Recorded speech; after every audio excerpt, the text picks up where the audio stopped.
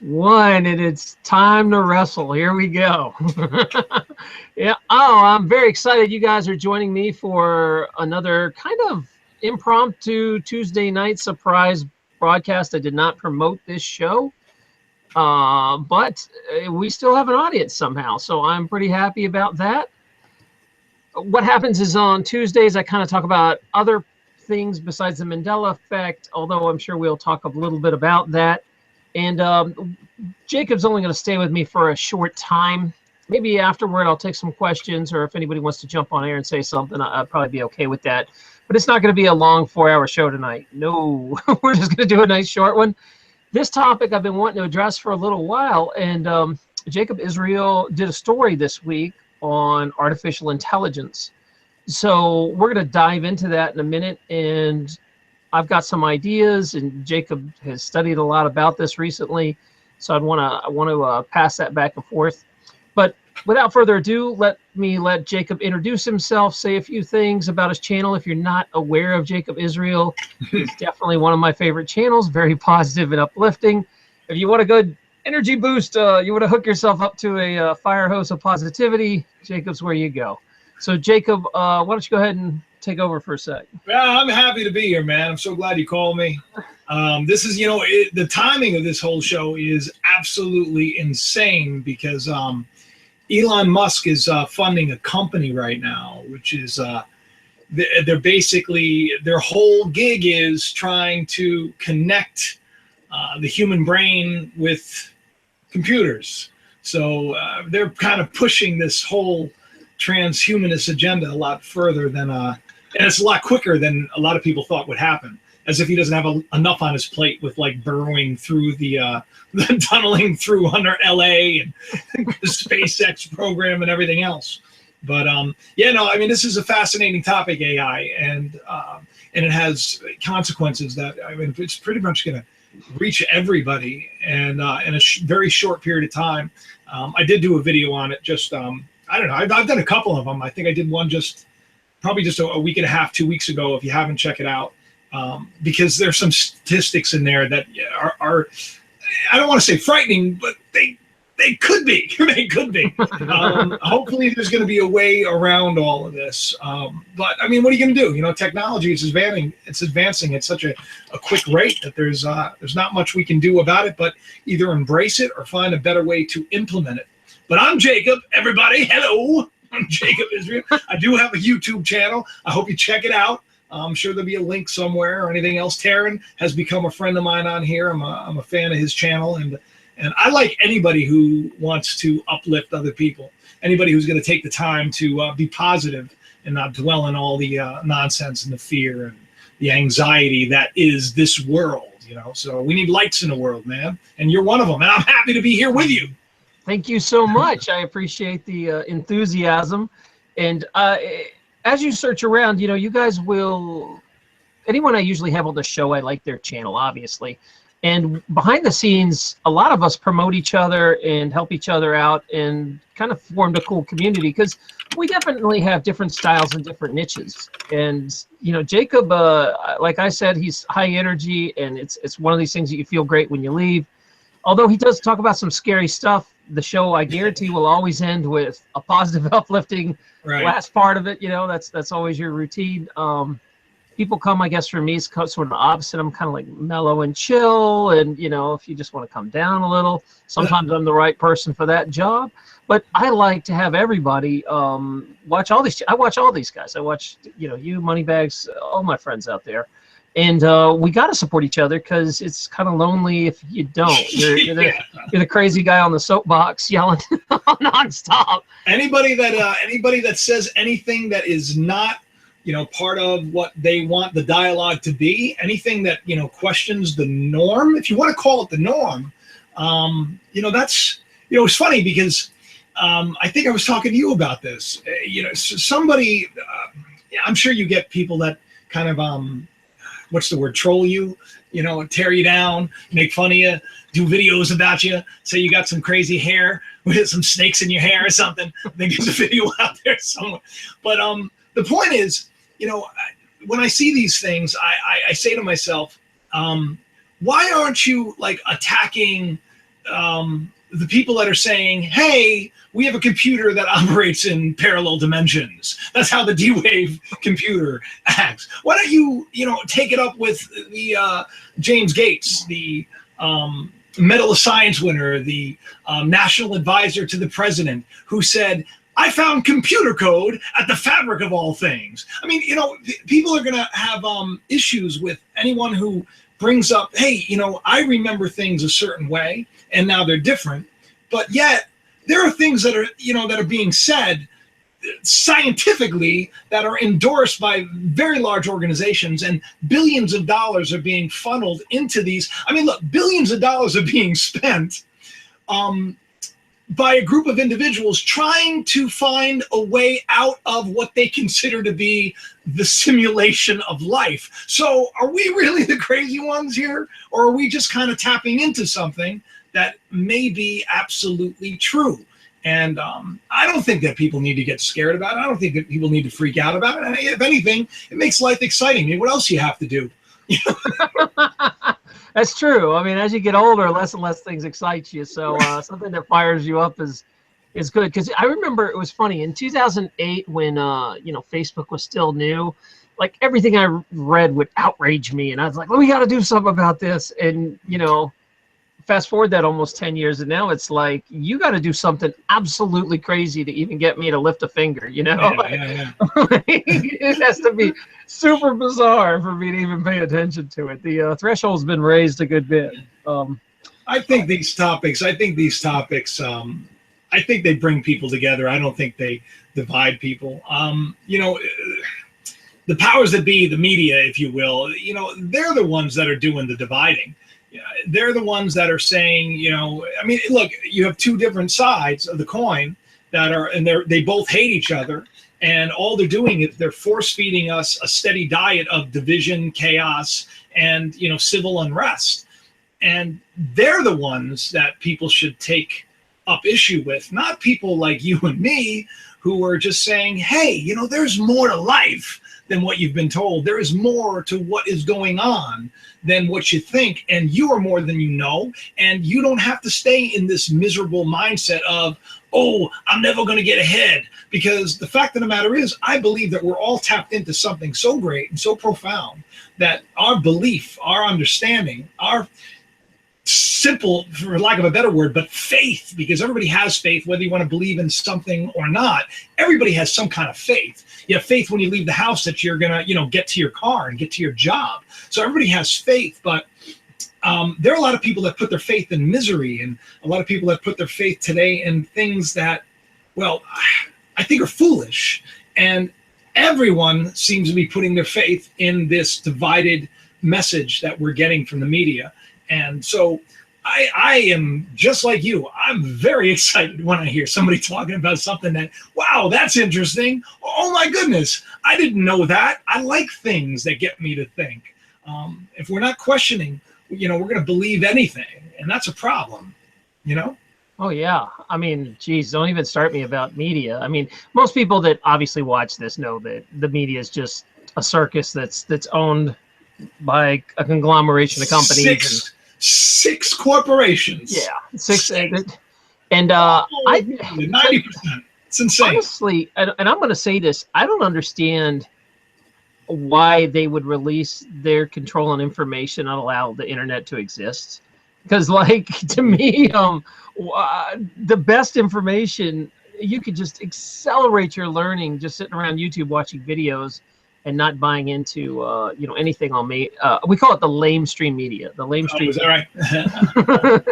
So it blows me away that this is allowed to exist, and so I don't know why that happened, but I'm very glad. They're trying to take hold of it. It was given over to the UN, and now what's happened since then? I mean, all we hear about is how things need to be censored. I mean, this was just my last video was on censorship. Why don't you tell folks a little bit about it? Because not everybody here has seen your channel, and I'm going to go tell them to go subscribe. I love your channel. Appreciate that.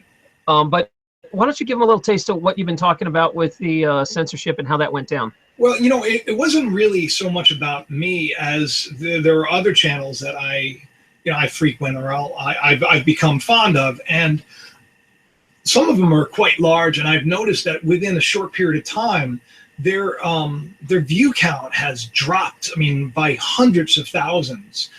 Where once they would post a video and it would just go bananas. Now it's very few that and we were talking like a tenth of the audience, a 20th of the audience, from 300,000, 400,000 views to 30,000 views, and these are people that have 300,000 subscribers, 500,000 subscribers, but they're talking about things that you and I talk about, and they're touching on topics that go against, I guess, what you call the lamestream media dialogue of division and strife.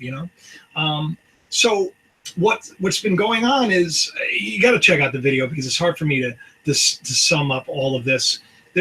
Google, YouTube, advertisers have threatened to to pull their funding because now extremist videos. We're not talking like watching a video of.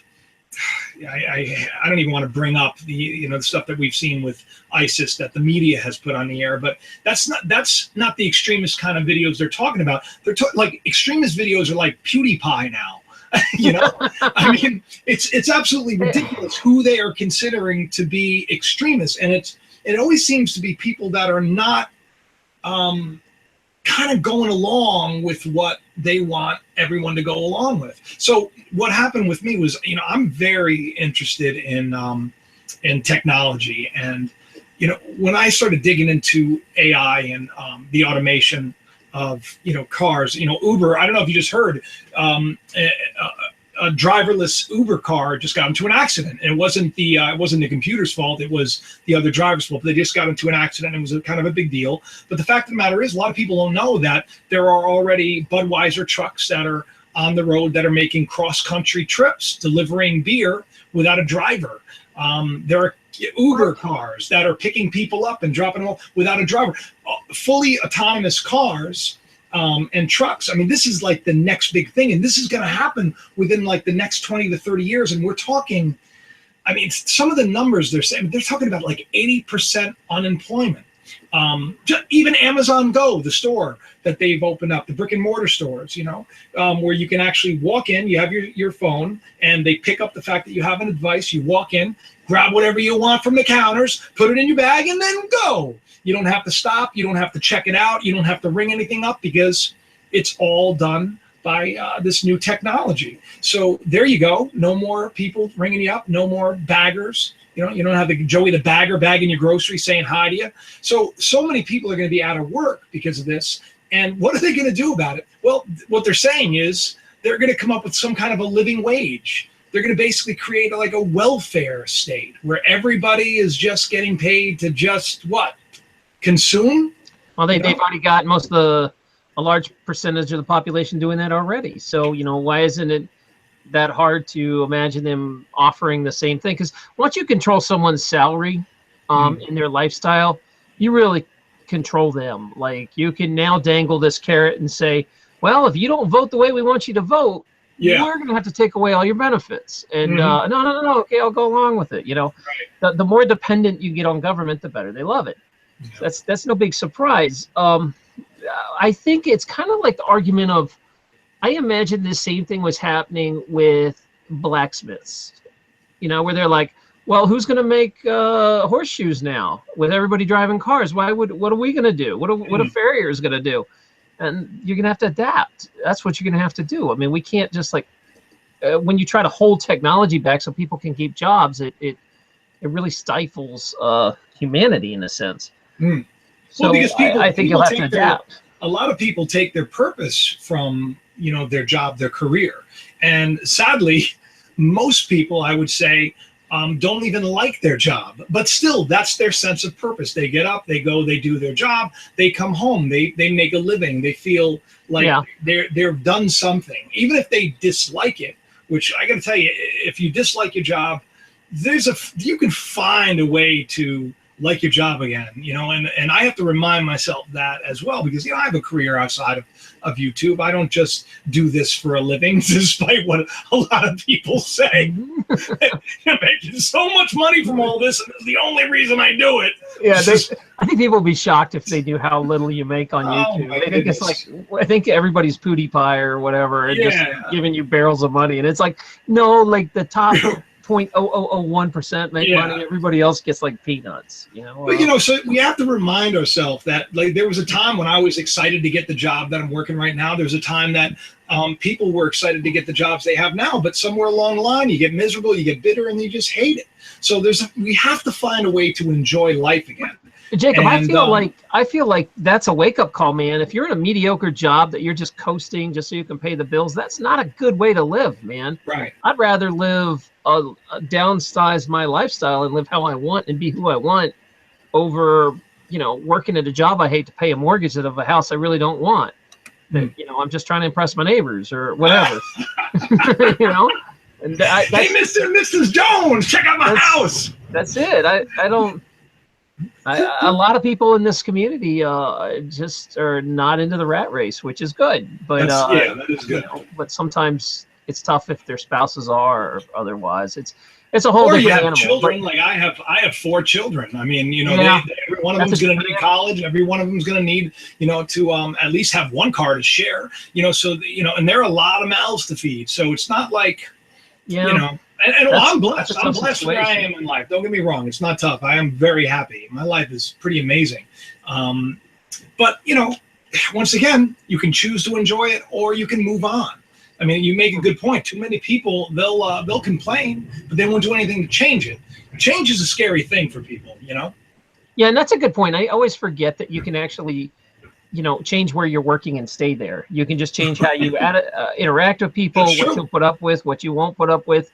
You just come in with a different attitude. And I have done that with jobs. It's just be like, I'm just not putting up with this anymore. And this is going to change or I'm leaving.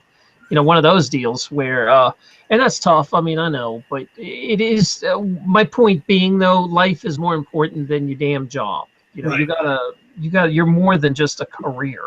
So don't let that stop you from being who you need to be. I won't. I promise, Darren. Right. I promise I won't. Don't make me get Jacob Israel. You'll be like, look here, man. You got to do it. You got to blow some kisses to everybody. You got to blow some kisses. Oh, man. The world's a kooky place right now. It is a kooky place. I think we're just adding to the beautiful music of it all,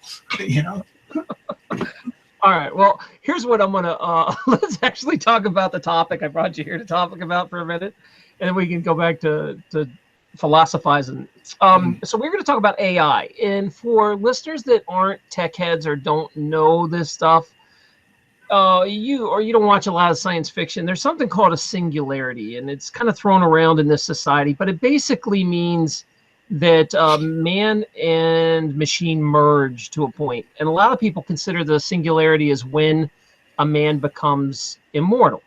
So, like, will they be able to, at some point, extend your life so far with machines that you never die? Well, then you've kind of become immortal.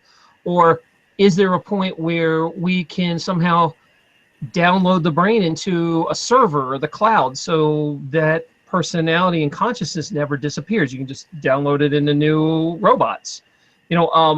These are ideas that sound crazy, but Jacob, are they really that far away? I mean, that's what I was just telling you was, Elon Musk, the big brain, really cool dude, billionaire, a multiple billionaire. I mean, can we say gabillionaire? Is that even a word? I think he got his fame and fortune from PayPal, but he has his fingers and everything. He's just started another company to do exactly what you're talking about, and he's saying that it's not that far off. First of all, let me be frank. We've already become one with technology to a certain extent. I mean, it started back when we were getting just shots. Any time that you put something into the body that wasn't naturally there, you're basically adding to it. You're enhancing it, if you will. I mean, there are people that have computers that run their hearts, that that circulate their blood. That I mean, people are walking around. We're already cyborgs, whether we have something implanted or not. I said this in the video. We walk around we have our cell phones all the time. We have it right here. And it gives us superhuman powers. It really does. It gives us superhuman intelligence, all by the click of a Siri, can you tell me this? Or Alexa, can you tell me that? Or can you please stop spying on me? No. Can you please? They're not gonna. But there is a good pushback in the private community to at least try to make phones that can't be hacked and spied on, and that is going on underground, but it's not mainstream right now. Yeah, actually, there are a couple of hacks that you can do. If you're worried about it, you can cut. Like I have this little thing here. You can, snip the end of your cord and just plug the cord in, and it keeps your phone from recording. And people got to realize that we lost this battle a long time ago. Like they would literally have satellites that can look in your window and see you if they want, or they have machines that can pick up vibration on your window glass of you talking and know exactly what you're saying. Right? It's so cool. That stuff's been in existence for a long time. So we really have no privacy anymore as unless, you'd have to live in an underground bunker, and they probably have a way to tap that. I don't know. And the argument goes that, what does it matter? As long as you don't have anything to hide, Yeah, let's turn that around on them. See how good they are about it. Let's see what you're hiding. Right, exactly.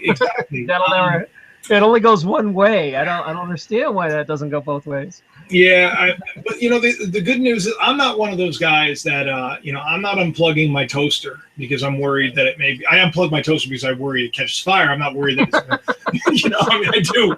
I shouldn't say that, but I'm at night I don't unplug my TV. I don't take the batteries out of this and the batteries out of that. So I'm not. I don't want to live my life in fear. I'm not. No, we're not fear guys, but I am going to address this stuff, and I think I might even have a little bit of solution coming up. I think I thought of something that we've been kind of batting around the show, but I'm curious. Before I get into that, though, I want to say let's stick a little more on topic, because they were talking about the singularity, and I know there's a difference between AI singularity and consciousness singularity, but the singularity that they're referring to. Talking about that it used to be labeled as, they would guess about 2045. Yeah, well, that was Ray Kurzweil. He take it out on that. That's his.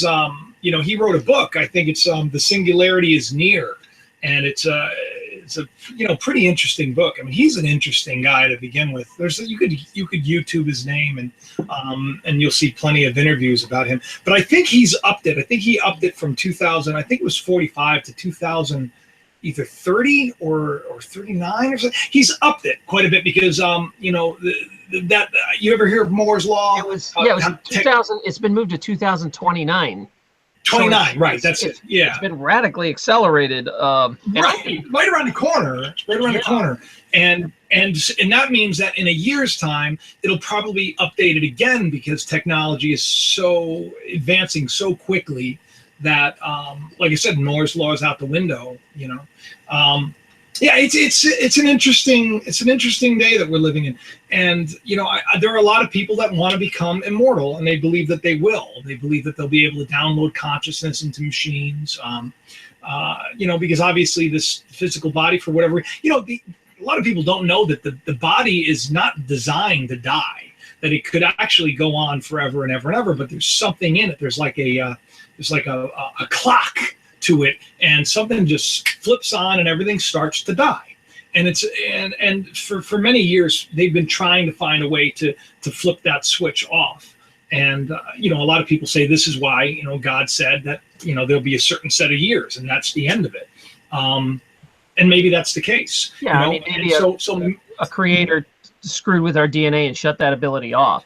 Right. It's possible. It's possible. And look, I believe in a intelligent creator. I believe in intelligent design. I'm not a religious person like most are today. I think religion has even if you take the allegory of Jesus being put to death, I mean, religion was the one that said, we want this guy done because he's not talking the way we want him to talk. He's not, saying what we want him to say. He's actually telling people that you don't need to go into this church or that temple. That all you need to do is just, go within, go find that answer and submit yourself to whatever that is, And so, yeah, I believe that there is an intelligent creator, but people for years have been trying to find a way to extend that life, and why not? I mean, I would like to live a lot longer. I don't want to die. But on the flip side of the coin, I am excited to find out what's next because I know there's something else. I mean, I do. I think that's the problem because before I really was spiritual, I was a lot heavier a science guy. And to me, it was like, man, I'm going to figure out how to go cyborg and live forever because I had a huge fear of death. But the more spiritual I got, now I don't fear it at all. I'm ready to see what's on the other side. I think it'll be awesome, and so that I think that happens. I don't know if I would be given the choice if I would actually take it for immortality, to have my conscious trapped in some computer cloud. Spooky. I don't know if I'd want that. Yeah, I don't know either. But Elon Musk is, this company. They're trying to create an interface. And they're saying that it's possible to do this interface. That means between, the human mind and a computer and creating some kind of a, connection between the two where, information can be downloaded both ways. They're saying that it's possible to do it without some kind of a surgical implant. So I think that's the direction they're going. I don't know, man. I don't know.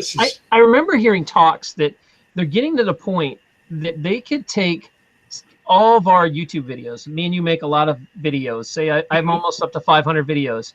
They could feed that into a computer and it could basically create my personality and my off my beliefs and all this. So it's almost like they're saying they could take someone's entire life of emails, all their contacts, all their Facebook pictures, all their videos, compile that information and basically create a representation of you that's about 95% correct. There is they're already close to that. There's a great series on Netflix. It's called something Mirror. I think it's called The Black Mirror. Is that it? Dark Mirror? Something Mirror. Check it out. But there's an episode where there is a company that for people who have lost loved ones, where just what you're saying. You send all your information to this company. They create like an artificially intelligent robot, like this thing that we're watching on humans. They download all of that personality and everything that you've gotten from all those emails and all those nuances and all those things that person said, and it almost is like that person becomes, who they were before they died. And it's just an interesting episode, and it's a great thought experiment. And so Black Mirror, it's called. So check it out because it was the very first season. But it's fascinating that you said that because that was the entire episode. Very cool. I never heard of it, but I just know that that's a real technology people are playing with. So yeah, I guess it's well, you got to kind of think too that you never know who could be watching this 50 years from now. Mm-hmm. In a way, this moment's immortal. Yeah, this could be bounced around, and they could be like watching this and laughing 50 years ago and go, look, they're talking about what's commonplace now. Like they would watch a video from the 50s and giggle. About the technology, the future of tomorrow, and, with the amazing kitchens and all that stuff. I laugh my butt off at that stuff, and I love it. But so we will be immortalized in a way if this doesn't get wiped clean. But I don't know if it's the kind of thing where I think a lot of people want to make sure the kids are taken care of, make sure they've lived a nice, healthy, long life, and then decide when it happens, or maybe even have a backup in case they die horribly in a car wreck or something. I see why it would be appealing. The flip side, though, is we're going to move off the singularity a sec and get into AI, because artificial intelligence kind of freaks you out, and it freaks a lot of people out, and some people out. So go ahead and tell us a little about your thoughts on AI. Well, okay, so let's just put it this way. I mean, the first computers, when they, obviously the first computers that we know of, they were like, they took took up an entire basement, right?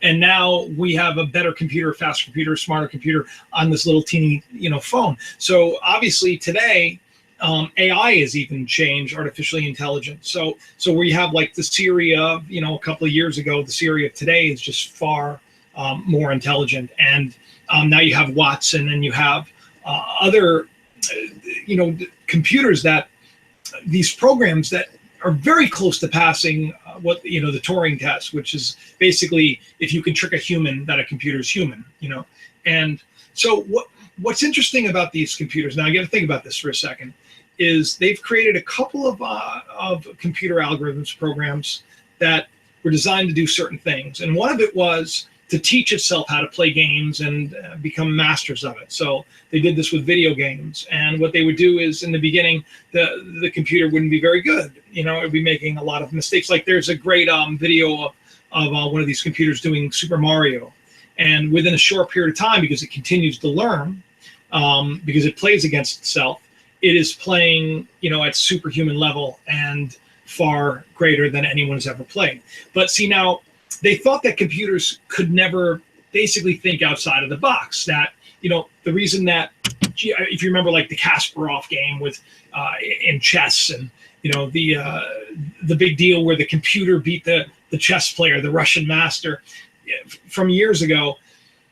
Well, chess is a very mathematical game, so the computer could work out the equations, whereas the ancient game of Go, which has something like more moves than atoms in the universe or something crazy like that, the fact that AlphaGo, I think it's Google's AlphaGo, beat the greatest Go master of all time the very first time it played it, says, maybe computers are thinking outside of the box. Because see, to beat this game of Go, you need to use intuition and like gut feeling and instinct. And it's not just about logic, and it's not just about equations. It's about kind of feeling how your player's moving and feeling like how are you going to get to that next level. Now, another one is even the Rubik's Cube. I wanted to talk about this because I always loved the Rubik's Cube. I could never figure it out. But they created this computer to beat it, and I think it does it in like a 1/6 of a second or something crazy like that. And they had to create like a super fast Rubik's Cube that had no friction, because that's how incredibly insane and smart these computers are. So they're learning at a rate that's out of control. And everybody says, oh, no, it's safe, it's not a big deal. But yet, and this was what was in my video, I was struck when I found out that the Navy was doing a crowdfunding, a huge like war game, and they were calling on very talented professional gamers, and they were putting them all together to play this one war game against an artificially intelligent enemy. And they were thinking, how can we combat and how can we deal with the threat of AI? So the question is, if they're saying it's not an issue, why is there a lot of money being spent trying to find a way to combat it? The bottom line is that let's think about awareness for a second. When you believe that you exist, I am, right? The consciousness, when I know that I exist, well, then the fear of non-existence comes in. So it stands to reason that any computer that would become self-aware would then see that they pose a great threat because they're much smarter than the programmers that made them, and would realize that their greatest threat would be their programmers. And then they would have that, that fear that we have, that fight or flight fear. Consciousness brings the idea of I exist, and then there is the innate fear of non-existence. And I don't think that a computer would be past that. And every single movie that we've seen, every single dystopian film that we've seen, from Terminator to, just going on, it's always the same story. And yet here we are. So there you have it. Well, yeah, you were mentioning that even Stephen Hawking was like begging for a one world government to step in. Like, hey, create a one world government to stop the AI threat that's coming. It's like, oh boy, someone else begging for a one world government. But once again, I want to say this, Aaron, because once again, I think that everything is happening exactly as it's supposed to. I believe that everything is going along a certain way, and it's meant to. And how do I know that? Because if it wasn't, it wouldn't be. So if it's meant to happen, then it's going to happen. Now, does that mean that it's going to continue to go this direction? No, it may go that direction. So where we are right now is exactly where we're supposed to be, and that goes for anybody in their life, even if they're at a hard time right now and at a crossroads. Where you are is exactly where you're meant to be. The question is, what do we do next? Well, I've got some ideas, but one last thing I kind of want to, before we jump into that, Jacob, is I'm curious why, okay, if there are, I think me and you and most people that watch this show, we recognize that there are evil forces that control a lot of society, almost everything. And it makes me wonder, why would they bring on an artificial intelligence that could basically recognize what they are and throw them out, to have the ability to network everything together and just end that role? And I'm wondering if maybe they can't stop it. I mean, if you're talking about the Navy's trying to recruit gamers to fight these AI, maybe these AI are going to come in at a higher level of, why are we still fighting? This is stupid. Why are we still ripping people off? Let's create utopia. Maybe it's not going to be the Terminators where they just run around and shoot everybody and, let's eliminate mankind. That's the easiest solution. It might be a higher evolved kind of intelligence that comes in. Right. Now, I like that. I like that idea. And that they're the ones that are going to just basically take away the power of the evil forces that be. They're just gonna be like, this is over. Right. Why else? Why are they freaking out? Because the powers that be would be like, let's usher this new thing in, and they're not. They're like, let's set up an army to fight it. So and it would be very easy. It would be very easy for any kind of internet-based, artificially intelligent algorithm to drain anyone's account like this, wipe out their entire existence like this. I mean, the most powerful people in the world can be nobodies tomorrow if this intelligence, as you said, deems that they need to be dropped down a notch or two. So, maybe you're right, Karen. I mean, that's a beautiful way of looking at it. I'm always going to try to find a positive way, because what's the other solution, Jacob, that we hide in a cave and hope and drop all technology and let's hope to God we don't get killed by, the Terminator robots? I don't want to live like that. I'm more of maybe we cannot stop this, because it's not like we can just, there's some 14-year-old kid in China that's probably doing this in his basement and it's going to create AI. There's not a way to stop it at this point with this technology. So I have this idea that I'm pretty big on manifesting. And I feel that if you're going to bring intelligence in, that maybe the same kind of intelligence that inhabits a human vessel or an animal vessel, maybe that's the same thing we're going to draw in to a robotic vessel. That is just another life form, just like us being born. And perhaps we can attract compassionate souls to come in as these robots that are super intelligent. Maybe if a group of us manifested, okay, the first AI that comes on board, have them be an enlightened spiritual being, bring in the peace. I got to tell you something. I hear already religious people everywhere getting very, very upset with you. And let me tell you why they're going to get upset with you, because they're limiting. And this is the funny thing is they shouldn't, because they would be limiting a creator to begin with. To think that that a creator couldn't do that. Listen, Adam was formed in the dust of the earth. And I tell people about this, like our identity is formed in a bunch of lies, that's what dust is. It's dead flesh, or dirt. There's no life to it. And in scripture, you see the word dust everywhere. And it's almost like we're formed that way. We come into the world, we're given a name, we're given the idea of who we think we are, how we should be, how we should dress, how we should act. We're formed, but somewhere along the line, a life force is kind of given to us, and in the scriptures you see how God breathes in their nostrils and gives them that breath of life. And who's to say what you're saying couldn't also be true?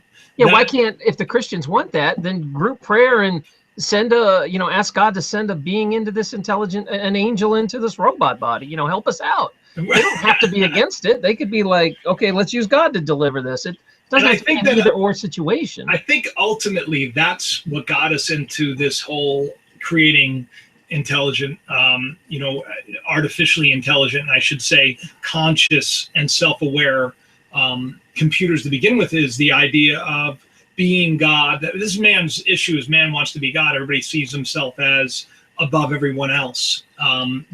If they believe themselves to be that way, I don't see myself as above anyone else. I see us all as one. But there are a lot of people that want to be God. They want to. They declare themselves God, and they're going to prove it, come hell or high water, by doing just this, by creating another conscious being, is what they think. And if you don't think that that's one of the reasons behind this, then what do parents call themselves gods? They create every day, Isn't that funny? Let us make man in our image. Let us make man in our image, and we have fun doing it. That's true. It is fun, but what I'm trying to say is that logic. Then it's you're basically saying that about parents and most of everybody in society, that they think they're God if they create life. No, I don't know how it's different because it's a robot. See, now I think that and don't get me wrong here. I'm not saying that creating artificially intelligent robots is a bad thing or somehow blasphemy. I'm not saying that, but I think there is a big difference between doing what we're biologically programmed to do and just wanting to have children. That's why it's not like I want to create another being. I am God. I want to have a child. I want to so there's a big difference between doing that, and which once again, thousands of years we have been procreating, and we will continue. It's built into us. There's a reason it's pleasurable. It's so that we would do that and have more children. There's a difference between that and trying to create out of nothing. See, life and life comes together, and life creates life. But there's a difference between looking at a bunch of, metal and computer boards and, I don't know anything about creating a computer, but all the stuff that goes into it, all of the ins and the outs, and looking at these inanimate objects and then creating the spark of life there. Now that's a big ego trip. And that's the reason why people like Stephen Hawking, people like Elon Musk and others are saying we need to back off, because the idea of doing that is such a temptation and it's so alluring that if we do, we may not, like you said, be able to roll it back. It may be that if that happens, that's it. We're done. Not done as in the world's coming to an end, but we're done. Like, we can't turn it around. We can't shut it off, because it's going to be everywhere unless we create some kind of a huge EMP and just basically get rid of electricity. There's no way to stop it at that point. So that's just an interesting, little, like I said, another little thought experiment, something to think about, We could try to warn people, but I guarantee there's going to be, like I said, some person that does it just to, we can't stop it. There's no way to stop billions of people, and they're just going to keep playing with it until they get it. And like you said, we're sort of slowly becoming cyborgs anyway. Yeah. Which I think is part of the plan. I think that's part of the plan, is making us dependent on technology. I mean, you know how to farm. I guarantee a lot of people that if something happened tomorrow, they're done. What are they going to do? They're going to have to go and get lined up and go where the government tells them to go, because they're not going to be able to, we were hunter and gatherers for how many years? Oh yeah. It's crazy. In just a few generations that we've lost any way to like knowledge that my grandpa had would be considered like rare knowledge now. How to grow your own garden and how to take care of so everything doesn't eat your food, and like real common stuff that they would have known 100 years ago is just lost now. Man, there's only a small percentage that know how to take care of themselves, and I think, Taryn, once again, that's by design, to get us plugged into a system that we cannot get unplugged at. And look at all the people that try to unplug. Look at all the people that try to, they build compounds and they do this and they collect rainwater and then they get arrested for collecting rainwater. Yep. I mean, you're preaching the choir here, man. I mean, the way to keep someone dependent is to keep them dependent. And you want people to be so dependent for you for healthcare, food care, security, that they will just lose their mind and agree to anything to keep this world alive. Where I don't have to think about it. And I get that. I mean, but again, I don't like to live in a place of fear. I'm more of an empowerment. If that sort of world comes and it's Mad Max out there, I'll deal with it then. I don't think it's going to be, and I got to think, listen, I say to a lot of people that I think that things have to get worse before we realize that we've been selfish.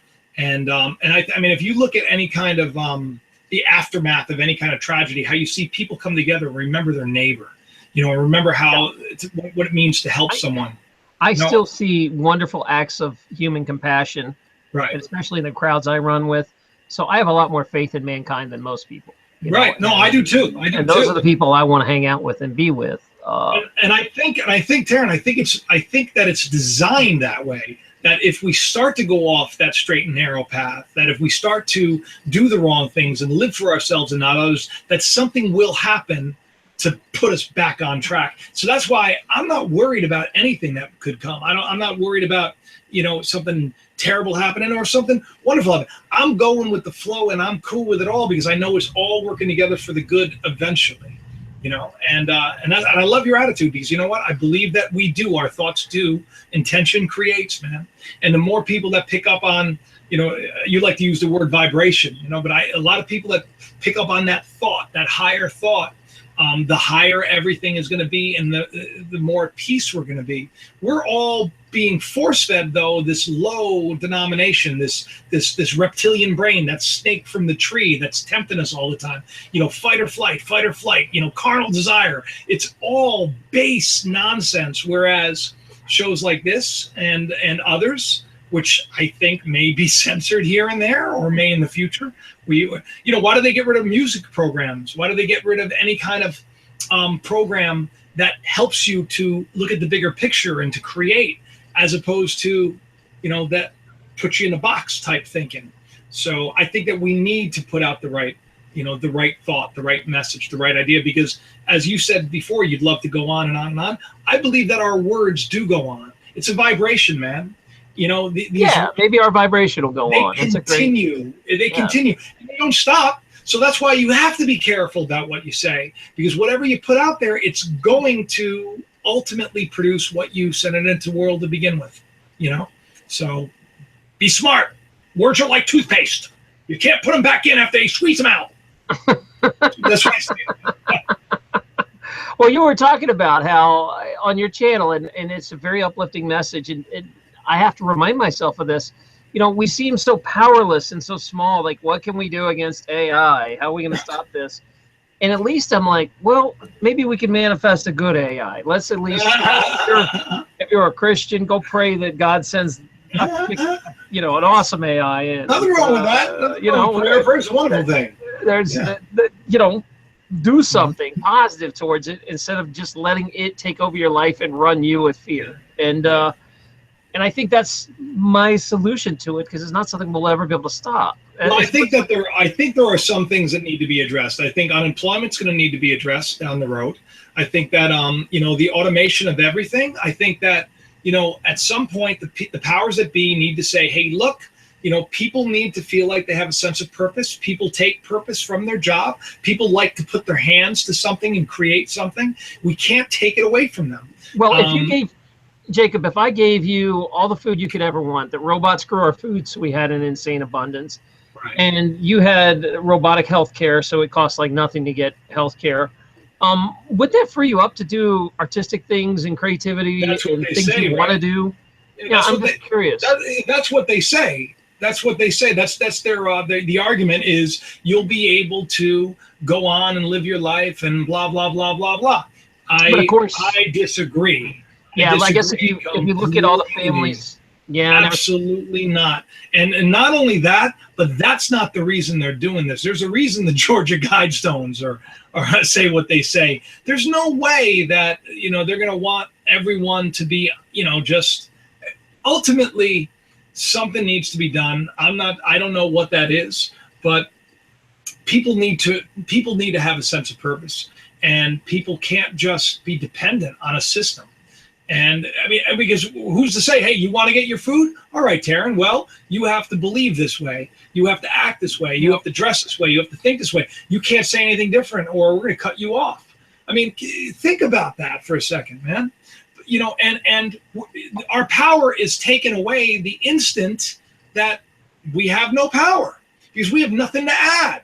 Well, they already have a giant welfare state. That already exists. I mean, it's just a matter of and how happy are they? Over, right. It's not like they're doing something. How peaceful something. is that life? there's very few of them that are doing something super creative. Are they spending that free time, learning an instrument or Well, some of them creating may, but something? I And think a lot a of few them might be, but a lot are watching do. Jerry Springer. I mean, Some of them. It's true. it depends. You're given all this huge time to do whatever you want, and a lot of people might do something great, and a lot of people are going to waste it, and that's free will. I mean, what do you want to do? People already are. People already are wasting their lives, and it's a shame because you can do about anything you want. I mean, there's as we're talking. I mean, look, just the idea of there's an infinite amount of parallel universes, right? So as we're having this conversation, there's an infinite amount of ways this conversation can go, and right. But us talking about the Mandela effect, that's crazy, and yet they have, like I said, the D-Wave computer, which is tapping into these other. So, but we're the ones that are nuts, right? Look up the D-Wave computer, people. All right, look it up. Google owns one. Lockheed Martin owns one. Look it up. There's a lot of things that are going on in this world right now, in this reality, if you will, that just defy any kind of rational thought. And so, listen, I'm along for the ride. This is like, wouldn't it be wonderful if life was just like a wonderful movie and we're all the main character? Here's one thing, this is the way I listen. I have an idea of myself, and you have an idea of yourself. I can't prove that you exist. I can't prove that my children exist. I can't prove anything, but I know I am. Right? I know I exist. That's all I know.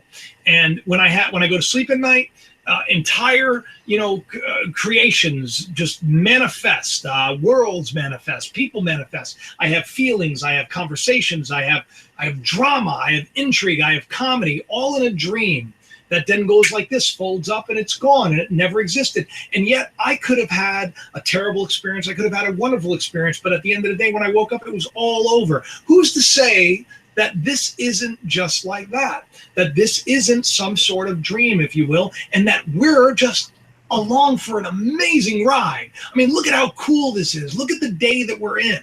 We have so much intrigue. This is like a spooky movie, man. I mean, we have, look at what's going on in the world right now. People are, and you're trying to put in a positive message, and you're trying to keep people uplifted, and so am I. But yet there are people that are scared, man. There are people that are worried, people that are in fear. And why shouldn't they be when, you got people, madmen, with their fingers on a nuclear weapon? So are we supposed to live that way? Or are we supposed to say, hang on a second, maybe I can be the hero. Maybe I could be the one that stands up and shines a light. Maybe I'm the one that says there's a better way. And that my voice can then become, what is it, a concoction? What's the word? It's a beautiful word. Cacophony. Yeah. Concoction doesn't sound as good. It's all right. It's a slang way to say it. A cacophony of beautiful voices, all saying the same thing, all coming together in unison, living a life of peace and hope. And that's the way most movies end. So that's why I say, hey, man, if there's something heading our way, great. If things start to implode, great. If AI takes over and it's a terrible thing, great. Because at the end, there's going to be this wonderful denouement. And it's going to come together, and it's going to be a beautiful thing. And we're all going to say, what a great ride that was. So, man, don't be scared. Yeah, you're thinking, like you said, all this is meant to be. No matter how it goes down, this might be the way it was supposed to go down, right? Faith, I have faith. The simple way to say it. And I do like that you always say that for people like us that always are going to be the positive Patties and not the negative Nancys, you say on your channel that now was that hang on a second, was that a microaggression? Because why wasn't it a positive Patrick? Or I've just never heard of it called a positive Patrick. No, what I'm saying is, why does it have to just be? Maybe you should ask me what my pronoun is. Patties can go either way. You could be Irish. Who knows? You know what's going on today. You know what's going on with the thought police on college campuses, where you can't say him, you can't say her. I've heard that, but I'm so sheltered from it. I don't even understand it. So bizarre. Why can't we all just live and be at peace with everybody and accept everybody and love everybody? Right. If for any of my listeners that are having gender, want to talk about gender, I'll call you whatever you want. Just tell me. Yeah, I'm not hung up on this. Yeah. And just show me some patience that I need to learn how to do it. But man, if that's what makes you happy and that's who you are and you want to be called that, and that goes with anything. Right on, man. You know, you want me to call you any name you want. I'll do it if I can remember it. Call me That's it. Francesco Rinaldi. I do like that. I do like it. Now, but I was going to say, you talk about that one like can sometimes get multiplied on your channel. You know, if you're one little YouTuber, you're one little blogger. How do you say it? Yeah, well, one like can spark 100, spark 1,000, it can spark 1,000,000, and blah blah blah. I mean, and just like you light a match, you light a fire, and the next thing you know, you got a forest fire on your hands. So, but the same can go with darkness, man. You know, the same can go with being negative. I mean, what do they say? Misery loves company. Why is that? Because it spreads fast. You know, how many people are quick to tell? You know, like I was at the gym. I'm actually thinking of doing something different on my channel. Because I like to create. And I decided, you know, I want to try something totally different. I had a lot of people that said, hey, you know, what's going on with your life? Do you like to work out? Do you like to do this? Do you like, tell us more about yourself. And so I said, you know, maybe I'll try like a vlog. I've never done one before. And do a live show like this and just talk, you know, just talk. Just go on. Seriously, because I have my Thursday night, I do Mandela stuff, but I would go crazy if all I ever did is talk about Mandela stuff. So Tuesdays, I pick other topics that I feel like talking about. And so give yourself a separate night where you can just. I'm doing it. I can tell you. Want to talk about working out and in the gym? Just tell your listeners Tuesdays for that, you know, or whatever. So I decided, decided to try it. I tried it out. I videotaped myself all day and started editing it. And I can tell you, it's interesting. It's fun. It's interesting to share a part of yourself with other people that you haven't before. It's also it's a little scary too, because you don't want to be judged, you know. But on the flip side of the coin, I've learned, you know, over the years, I've been judged a lot from childhood on, and I'm kind of okay with it. You know, I get where people are coming. We talked about this. The other day about people that just will tear you down, and if you understand where it's coming from, it's a lot easier not to take it personal, because their opinion of you is really a self-reflection of what's going on with them. You know, it's projection. That's it. You know, if there's something about you that bothers them about themselves, and they want to hurt you because it hurts them that they can't be where you are. And so that people have to learn not to be so sensitive. Now, there are other people that just do it, you know, that really aren't hurting at all, and they're just doing it to get their rocks off. But, you know, so I'm going to do this vlog thing. I think it's kind of cool. And I like doing anything that's different and anything that's creative. And do it. I love the platform of YouTube, and I love that the channel, your channel as well, is growing. I love it. It's a blessing. It's a gift. It really is, because, you know, my whole life I've been waiting for this moment. You know, I've always known it was going to happen. I just didn't know how. And it's a beautiful thing to see it coming together. And it's also it's an incredible responsibility, because you do know that your words do have power, and once you put them out there, you can't get them back. So it's a good thing to take the high road always, and it's a good thing to encourage people, and it's a great thing to love, because love never fails, you know. And so more people need to do that, and people don't need to be worrying about artificial intelligence. But I like to tell people about it, because most people are unaware. They don't know what's going on. I think you have to kind of address it and then turn it back positive and reassure them, because that's the way if I completely ignore these conversations, it doesn't help people. Like, you know, right. Okay, let's talk about it. Let's get the scary monster out in the open, shine a light on it, and then say, so what can you do about it? You know, be positive. Go worry about your life. Don't worry about this. You know, I mean, that's really all you can do, and try to manifest something good. You know. On that note, I have to go though, because I got another thing that I got to do, and I just want to say thank you so much for having me, man. I didn't expect you to stick around this long. How can I leave after half an hour? It's like, a good conversation. To you, man. Someone in the comments said that they want to see you do something called Leg Day with Jacob. Just go to the gym and do legs. I just had surgery on my knee, so but I did back day. I did back day today. You know, what a lot of people don't know is that you know, I was sick when I was young. I was very sick. I was picked on, and I was when I was 15, I was diagnosed with Crohn's disease, severe Crohn's disease, and I lost a lot of weight, and I was on a lot of medication. I was in and out of the hospital, and because of the medication, I just looked terrible, and no one knew that I was sick. So of course, you know, kids can be mean, and it was a hard time. But so working out became kind of my way to cope with everything from my childhood on out. And I love it, because it's become this thing where, you know, you start to, it's kind of like if you fake it till you make it, Taryn. If you can't be a kind person, you pretend you're kind ultimately you'll get those muscles, and you will be, sometimes you have to build the outside to get to the inside. I mean, the inside's the hardest thing to build anyway. So, I built up the outside, and then when I was 40, when I was diagnosed with AS, which is something called ankylosing spondylitis, another autoimmune disease, I was in just so much pain. I was overweight. I lost 60 pounds, man, just because I started eating right. I took care of myself. And they have on my Facebook page, I have a picture of me, a couple of years ago, and then a picture of me just last summer. And it's amazing how people, they shortchange themselves, and they think that they're not capable, and they don't realize that in a very short period of time, just making minor changes, that they could literally change the way they look, the way they feel.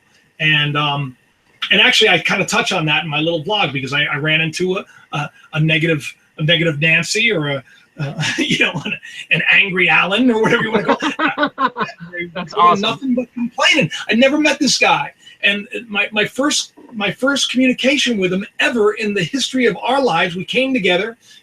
Serendipity brought us together, and all he wanted to do was tell me about how terrible life is, and how miserable he is, and how much in pain he is, and how the gym is this and it stinks and that. And I'm thinking, man, it's like 9 o'clock in the morning. It's like, you're at the gym.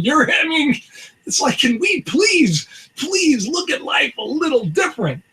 So it's all, like I said, if you got to fake it till you make it, fake it till you make it. And that's all I got to say about that. I love you all, man. Thank you for having me on, brother. I love you back, and thanks so much, and good luck. And I'll call you this week. We'll catch up again. All right, I appreciate it, and I will be I'll be promoting this. And don't. When is your new? Oh yeah, drop your new show. When is your story coming out? Maybe tomorrow. Maybe I'll post it tomorrow. I don't know. I started editing it today. It's not really a story. I'm just trying something different. You know what it is? Okay. Is that a lot of people. I'm not going to ever stop doing my weekly shows. My weekly shows are, because I've always been a researcher, and I just love research. But they've been asking for more episodes, and it's like, I don't want to rush topics. I don't want to just try to pick a topic and get it out there. So I'm going to try this to see if, maybe something happens along the way. Maybe it's listen, their blogs are very, very popular. I've never done one before, so I'm going to give it a shot, and we'll see. And if people like it, then they'll get an extra video a week from me, because it's not that hard to do.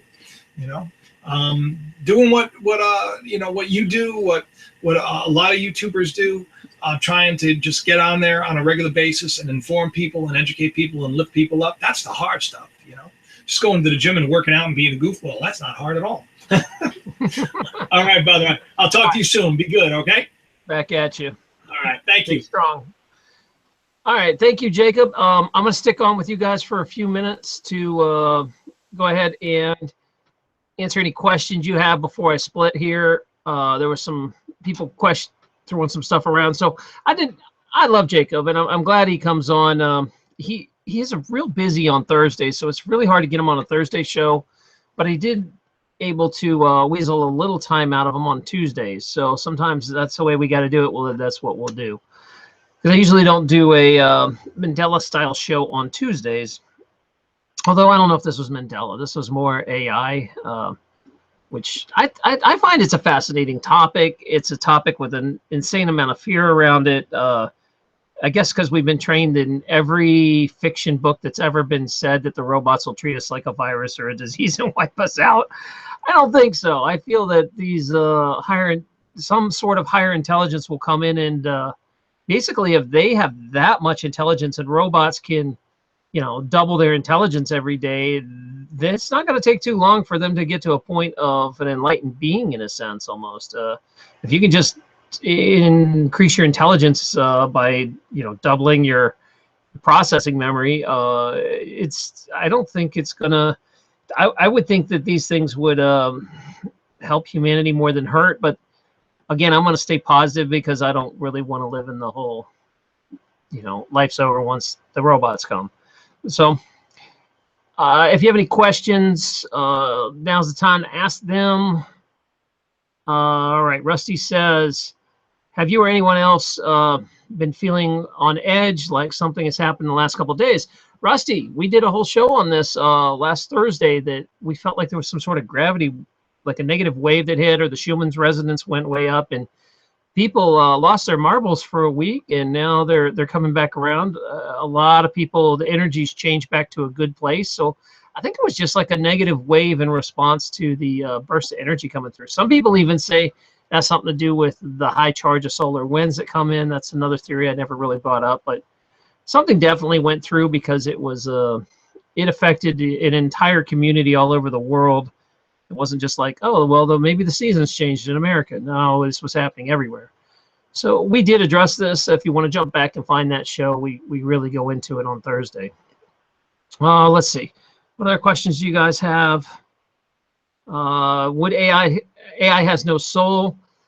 Yeah, I don't know, Sean. I would think that robots wouldn't have a soul, but I don't know, because like I was saying before, I feel that some sort of intelligence will come and inhabit it, just like we pull in intelligence for a baby or an animal. That so I don't know if I agree with that one, but let's see. Have you ever heard of government organized gang stalking program? I see this word gang stalking thrown around all over the place. I don't really understand exactly what it is, but I wouldn't doubt. I mean, the government does a lot of dirty stuff. This would just be another tool to discredit someone, I would assume. I wouldn't doubt that for a minute. Let's see. Do you fart rainbows? No, they're not delicious rainbow. They do kind of look like Lucky Charms, though. All right, let's see. Someone's saying don't become a Borg. All right. Again, that's our whole reaction to AI is the Borg. If you guys don't know what that is, go watch Star Trek. And any other questions before I close this out? All right. Even if a good AI would try to set up and protect us by possibly setting limitations to dangerous situations, the AI could always... darn it, it jumped away. The AI then could change the definition of what is dangerous to pretty much imprison us to keep us safe. It kind of reminds me of RoboCop 2, isn't it? RoboCop 2, where they create RoboCop and he can't shoot any of the executives or anybody that works for it, and then he tries to figure out a way to reprogram it, and then they just change the definition, right? He's like, oh, you're fired. Oh, he's not an employee and I can shoot him. Yeah, I would think, but I also think the way, if you could imagine that if there was an intelligence that could use an electronic processor to think and was only limited basically by how many processors you could stick in, it wouldn't take long. Even if it tied into the cloud and used every computer on the planet or something, I don't think it would take long for it to become just evolved and ascend kind of intelligence. It's almost like that movie War Games, where the computer keeps playing tic-tac-toe over and over and says, okay, well, there's no winner, and therefore we shouldn't have war because there's no winner in war, that sort of thing. I would think that it would play through all scenarios. It's funny, when I used to write books, I had this idea of writing a sci-fi book about the human population gets wiped out right as they create but a factory stays online that can create robots, and that these robots start improving on themselves, and then they start trying different forms of government, and everything's really rapid. They try communism in a day and it doesn't work, and then they try socialism, and then they try anarchism. And I thought it would be like a really interesting thing to see these robots evolve really, really fast within a day or two. But I think maybe something like this has been made. So because I saw the Futurama episode where I was like, hey, that's kind of my story I was thinking about. So it's the same thing. I don't think you can write an original story. It's probably someone's got it out there somewhere. Let's see. What other questions do we have? Lots of love going on. I really appreciate that. And a donation. Thank you for that. I really thank you so much. It's very sweet of you. I didn't expect any donations tonight. let's see, where are we at here? Yeah, Everyday Masters. We all loved Unicorn Farts. That's where that joke came from, by the way, the Unicorn Farts. If you missed that show, it was my Thursday night show with the panel of healers. So another idea I had was I'd like, a lot of people say I don't get enough women on the show, and it's not like they're not invited. They just don't come much. But I'm thinking about having an all-female panel coming up. Also, Thursday I was supposed to have a guest come talk about ancient structures, but it just didn't work out. So I'm currently scrambling to get a guest. I do have a guest on backup probably, but if you guys have someone that you'd want to see, let me know. I'll see if I can get them. But I do have an idea of maybe at least someone I've been trying to interview that definitely needs it. So I'm sorry that that didn't happen. I was really looking to talking about some ancient cultures and seeing what the Mandela effect had to do with that. So any other questions? Let's see. Women don't come much. No, they would. We have women on the show. I try to get more on here. It's just they usually don't show up after I invite them. Let's see. Well, okay. I think that's it. And I'll do a Sam interview. Yeah, Sam definitely needs one, and Vegan definitely. He is long overdue for an interview. I need to get Vegan on here. I'll probably do him Thursday, because I've been talking to him forever, and I feel bad I haven't had a sit down with him yet. So that needs to happen. Flat Earth after party.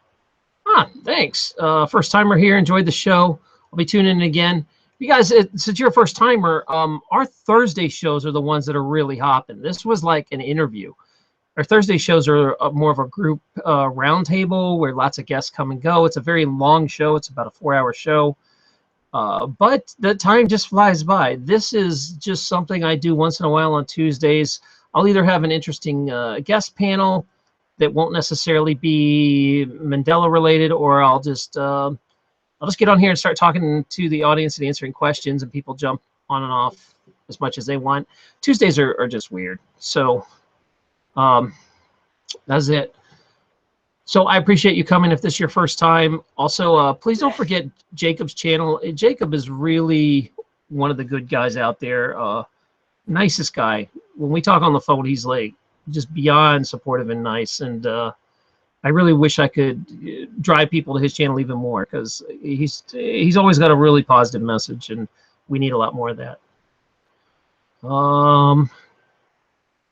Rusty says, we need someone to get a hold of Shaq and see if he remembers doing Shazam or Sinbad doing it. Yeah, the genies.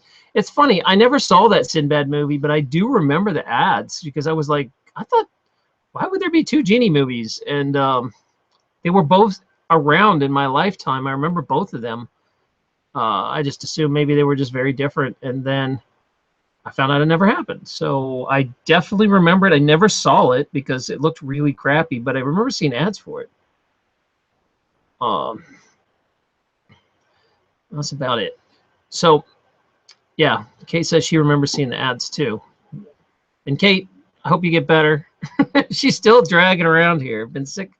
I've never seen, what, like 10 days now. I think you've been sick. So she's up and about. There is a okay, someone said, yeah, someone wants to know if there's a Christian ME community. We do have one. We also have a room in our Discord chat where you can just sit around and talk about it, but there's actually a separate Christian Discord too that's pretty active. Either are welcome in here. So if like you go to if you go to my Discord, there's a whole area for religion and spirituality. You can hang out and talk to others.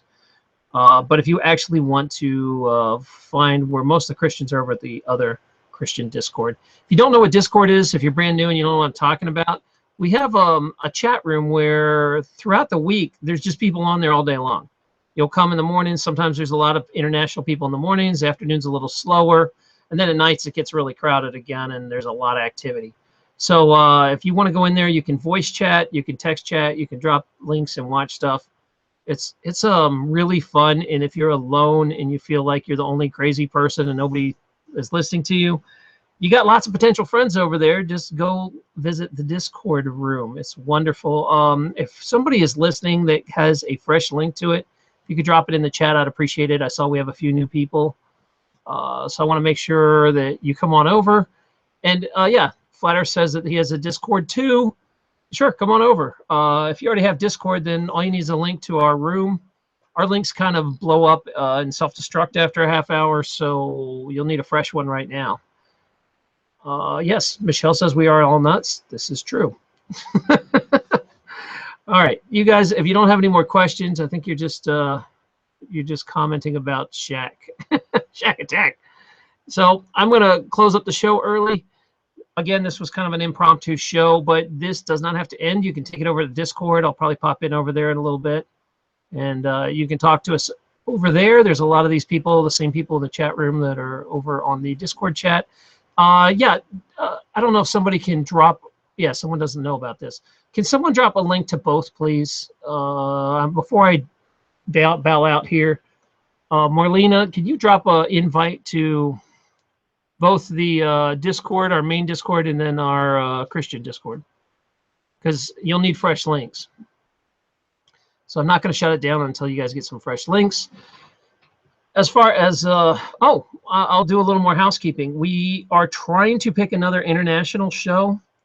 And the international show, if you hadn't seen it, go watch it. It was filmed. It was probably one of the most interesting live chats we've ever had. The international show had a lot of interesting stuff on there. You know, is what's going on with the Mandela effect in the rest of the world. And, you know, well, we only get little bits and pieces, but I tried to find a group of people that knew it well from around the world. I'm looking to do that probably April Fool's Day, April 1st. That'd be a Saturday.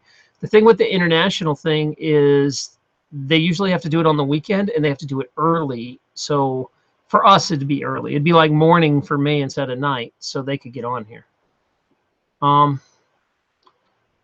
Okay. Someone dropped the Discord links. And yeah, more spy stuff that Dave's talking about, the internet spying on you. Yeah, I've been hearing that for 10 years. The government's always trying to, you know, stop internet privacy, and they spy on you, so I'm pretty sure. Kate says that, yeah, try to post which Discord's which one's a Christian, which one's a regular one. So thank you guys. If you're watching this later on, you can just leave a comment and I can give you a fresh Discord link if you want to jump in. Otherwise, that'll be it.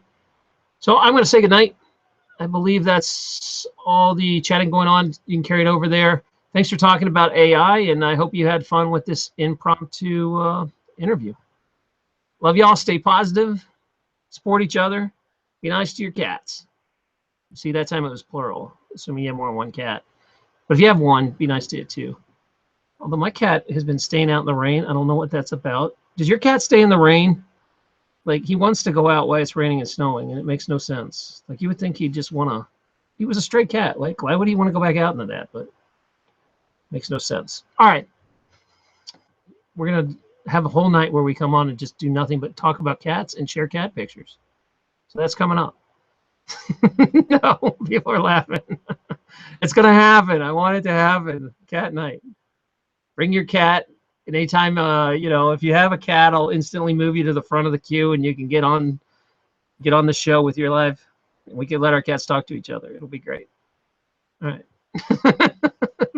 Bye, y'all.